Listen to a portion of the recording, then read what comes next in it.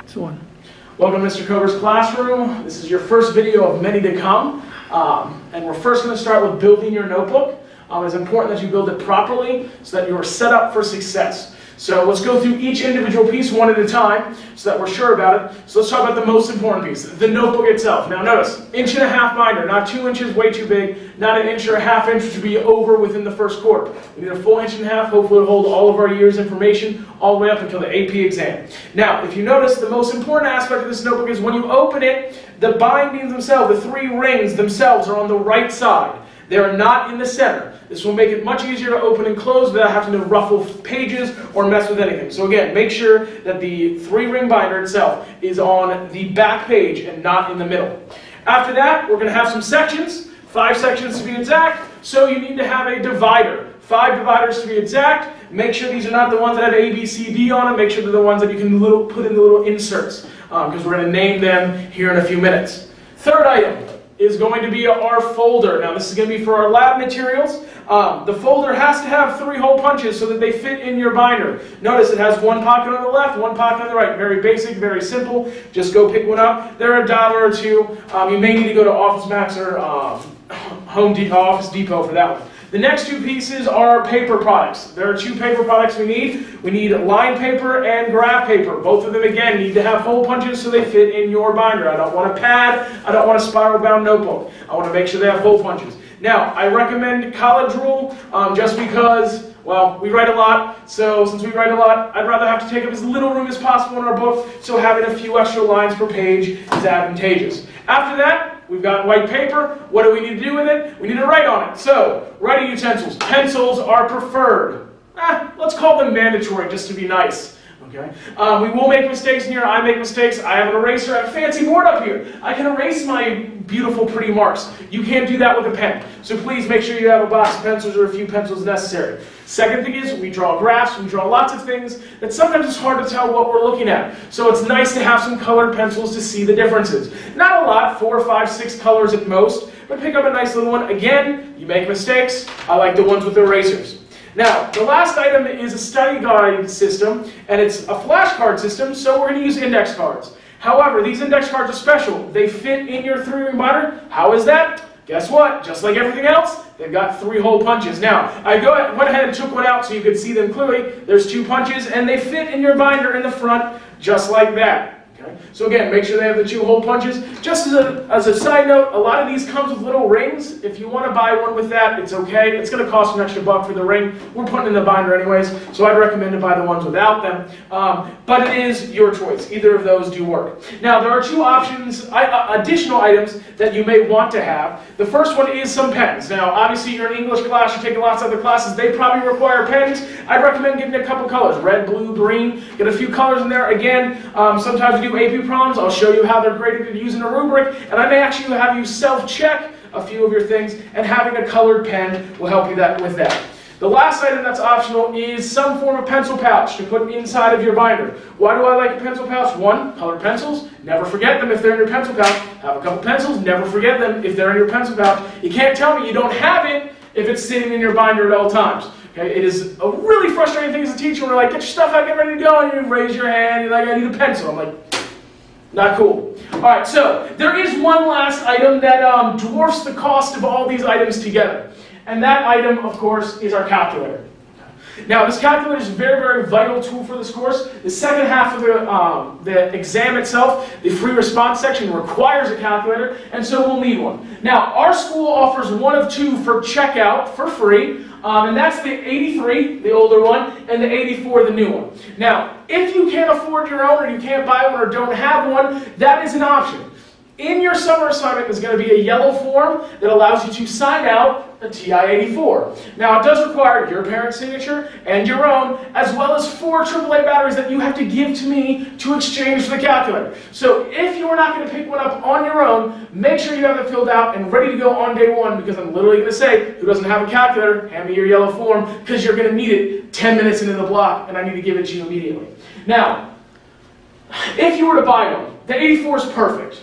It's great. It's algebraic. It's what we do in here. We will never need anything other than an algebraic calculator, graphing calculator, so it's perfect. It's your best option. But if you're taking calculus either this year or next year or sometime in your college career, the TI-89 does everything the TI-84 does, but it also does calculus flawlessly. And so if you're taking AP Calc, my recommendation is to pick up a TI-89. Now, why should you buy one when we can check you one out? Well, when you go to college, they're not going to give you one. You might lose it. There's lots of things going on. So my opinion is, at this point in your career, you're this high up in sciences, you're probably equally as high up in math. It's time to own your own. Whether it means you go to a thrift store and pick up a used one, or you go to Office Max and buy a brand new one, I don't care, but I think it's time for you to really own one on your own. Now, I would like to say, there is this last new one that just came out. It's called the TI Inspire. I love it. I'm playing with it. I'm hoping to, we have a class set. I'm going to use a couple of them in class a few times to demo it off, but it's a little bit more expensive and it's not necessary. If you want to get it, it's great. It will do everything the 84 does. It's still not calculus based, so it's more like an 84.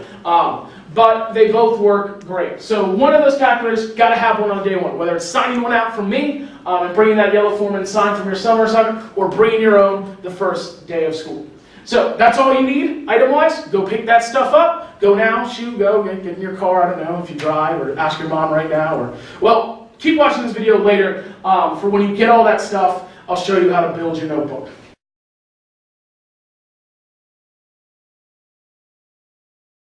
Let's talk about your actual binder.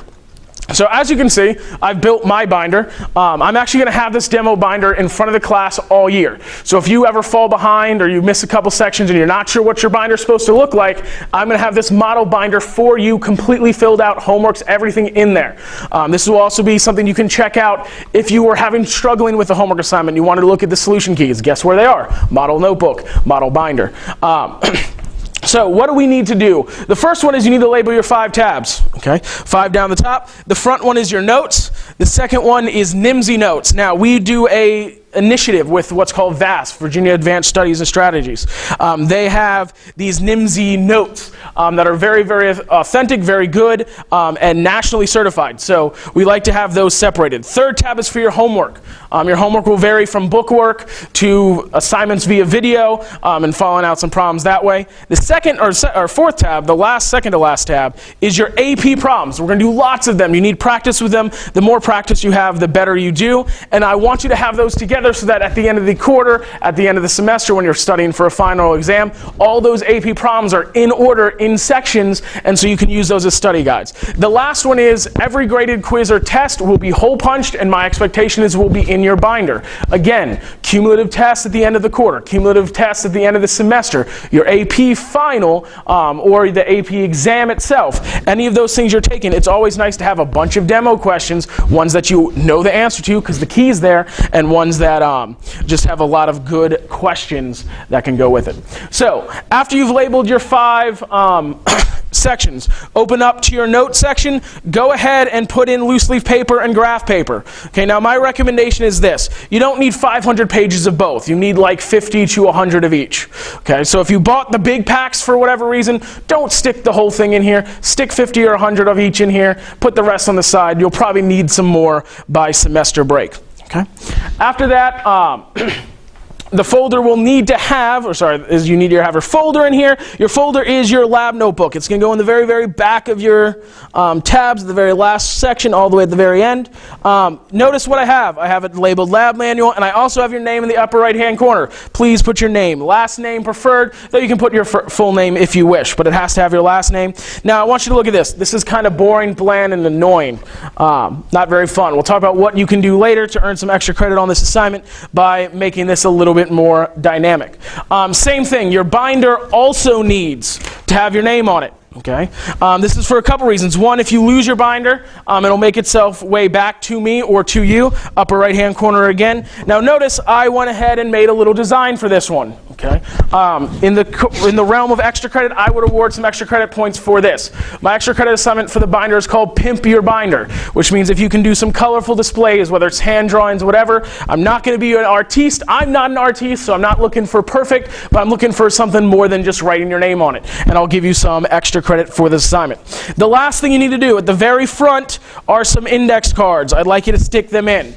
Later, when you do your first assignment via the 1D kinematics 1D kinematics video, I'm going to actually have you fill out 3 or 4 of these, and those are going to need to be memorized because you're walking in day 1 with a quiz. I know I'm that type of teacher, right?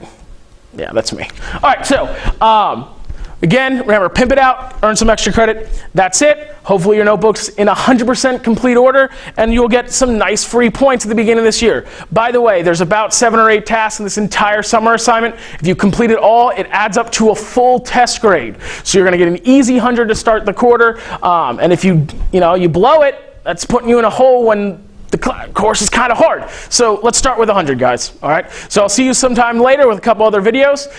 The last thing I did want to say to you, though, was that I've probably told you this in person as well because I've hopefully met each and every one of you. But I'd like you to go and take a look at www.cokerclassrooms.com. This is our AP Physics website. It'll have your summer assignment there in case somehow you lose it. It'll have all your information, whether it's talking about putting your notebook together. It'll have my video clicks linked. And it'll have other things up there as well, things like Academy and a few other links that will help you in this course throughout the year. It's your next task. If you read your summer assignment, it'll tell you what to do. You have a couple things to respond to on my forms. So hopefully I'll see those, not September 3rd on Labor Day, like maybe. Can we go with September 2nd, maybe? No, that's Labor Day weekend. Let's go with like August 28th, somewhere in there. I know you're not going to look at it super early. I know that's the type of people you're a procrastinator. I'm a procrastinator. So I can understand that. But hopefully I'll see some of you maybe even do it in like June or July. I'm like, oh my God, like you're ahead of the game. But please, please, please make sure you come the first day prepared for my class. Have a good day. See you later.